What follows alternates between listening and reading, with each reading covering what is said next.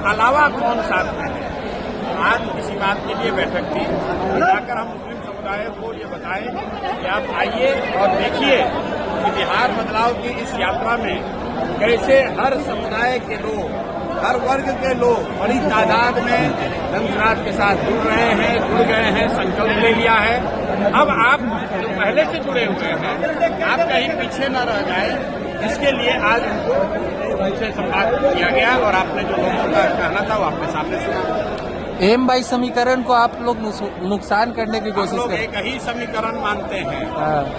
वो समीकरण है विचारधारा आधारित समीकरण, कि जो लोग भी भाजपा से विचारधारा के आधार पर लड़ रहे हैं उनका समीकरण होना चाहिए।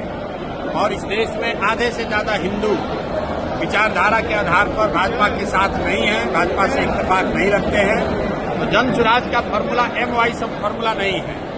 जनसुराज का फॉर्मूला ये है कि जो भी हिंदू, जो आधे से ज्यादा है, जो विचारधारा के आधार पर गांधी, बाबा साहब अम्बेडकर, लोहिया, जयप्रकाश विचारधारा के मानने वाले हिंदू जो भाजपा से लड़ रहे हैं, वो मुसलमानों के साथ मिलकर सामाजिक राजनीतिक गठजोड़ बनाएं।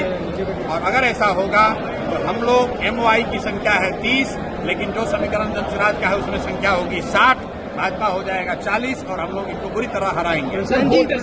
वोटर एडिशन डिलीशन को लेकर के राहुल गांधी तेजस्वी यादव कल से बिहार की सड़कों पर रहेंगे सर। लोकतंत्र है, सबको अपना प्रयास करने का अधिकार है।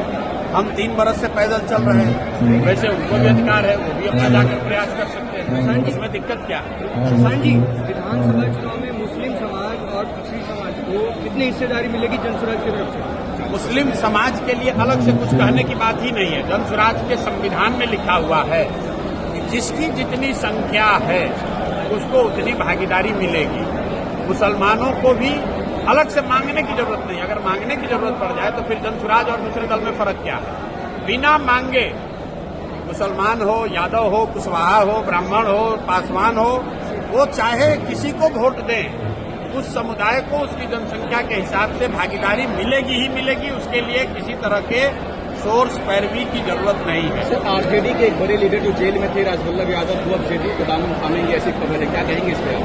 यही कहेंगे जो भाजपा का वॉशिंग मशीन की बात होती है। राजवल्लभ यादव पर रेप का, नाबालिग लड़की के साथ रेप का इल्जाम है, वो जेल में है। उनको सरकार की बिना मदद के बाहर तो निकाला नहीं जा सकता है। लेकिन वहां नवादा में जो जदयू के नेता थे कौशल यादव, वो छोड़कर चले गए राजद में, और राजद वाला अब छोड़कर आ रहा है जदयू में। तो यही बात तो हम बिहार के लोगों को बता रहे हैं, भैया वोट किसी को दो। यही 1250 परिवार का आदमी यहाँ पर विधायक सांसद बनता है।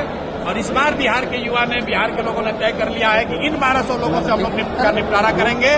वो किसी सिंबल, किसी दल से आए। इस बार जनता बदलाव चाहती है, अपने बच्चों के लिए शिक्षा और रोजगार चाहती है। मैंने यहाँ मुसलमानों को क्या कहा कि आप अपनी हक की बात मत करो।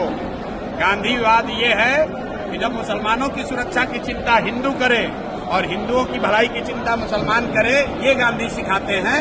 मुसलमानों को अगर अपनी सुरक्षा के लिए बात करनी पड़े तो फिर राजद और जनसुराज में फर्क क्या है? आपको अपना हक मांगने के लिए यहाँ आवाज नहीं उठानी है। आपको कोई समाज में हक किसी का न मारा जाए, इसके लिए आवाज उठानी है। ठीक है, धन्यवाद।